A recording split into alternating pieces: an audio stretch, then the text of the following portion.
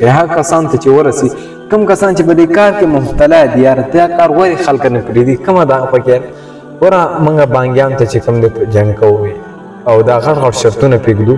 وره نبي کریم صلی الله علیه وسلم یو حدیث مبارکه کې راځي لا تبسو دیک فانه یوقظ للصلاه. بانګي چې کوم دی دې ته بد اراده مه وښه، دې ته وینا مه کوه، دې ته ښېرې مه کوه. ولې چې دا خلک مانځه ته راپاڅي او نن یې موږ جنګو دا موږ پرې دا شرطونه کېدو دا ګوره په جنګ یې واچو دا انعامونه پرې کېدو دا ګوره ګناه ده، انتهایي سخته ګناه ده. نبي کریم صلی الله علیه وسلم خو دومره فرمایلی دي چې بانګي ته به چې کوم دی بد اراده مه وښه، ښېرې ورته مه کوه، کنسل یې ورته مه کوه. او نن بیا موږ په جنګ کوو. ولې په جنګ کوو؟ څه مقصد دی یار؟ یو شوق یې دا شوق دی. شوق نبی کریم صلی الله علیه وسلم چې دومره منې کړی چې بد اراده ورته مه وښه، ته بیا جنګونه کې د قیامت په ورځ به نه ګورې دومره پورې به چې د قیامت په ورځ به یو د ځناور چې د هغه ښکر د بل ښکر نه وي هغه دواړه به چې کوم دی الله رب عزت را ژوندي کړي او د یو بل نه به چې کوم دی ښکر والا چې کوم دی بې ښکر والی والي نو هغه به راپاڅي د ښکر والا نه بدله والي د دومره پورې ده.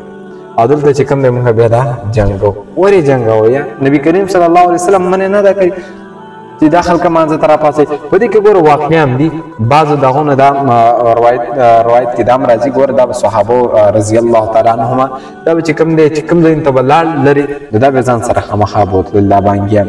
دا به هغه وخت کې به دا ټیم نه و دا ګړۍ وغیره به نه وي نو په هغه وخت کې به چې کوم دی دا به بوتله او چې بوتله نو سهار به چې شو نو بانګیانو به ځانونه وکړه نو هغه په وجه به چې کوم دی صحابه راپاڅېدل او مونځونه به یې وکړه د سحر مونځ په بعضې روایتو کې دا هم راځي یا هم به یې دې لپاره بوتله تهجد مانځ ته به چې کوم دی راپاڅول. کوم وخت کې تهجد مونځ دغه شي لکه تهجد هر وخت کې کېږي خو د تهجد په وخت کې به چې کوم دی را صحابه راپاڅول او مونځ به یې کوم.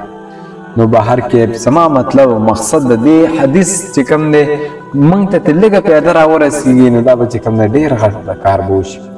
او دا خاص کر هغه ملګرو ته چې کوم دی دا حدیث ورته واورئ چې نبي کریم صلی الله علیه وسلم خو دومره پورې منع کړې ده چې کوم دی بد اراده ورته مه وښئ، کنځلې ورته مه کوئ، چې کوم دی په غلط رغې مه کوئ او بیا موږ یې جنګو. نو دا ډېره زیاته غلطه خبره ده او دا هغه کس دا بانګیان ساتي هغه کس ساتي د جنګ لپاره چې کم یو کس مونځ او د ذکر اذکار نه کوي او د مور او پلار نافرمانه نو هغه کس به دا کار کوي چې کم یو کس چې کم دی دا کارونه پکې هغه به چې کم دی دا کارونه کوي.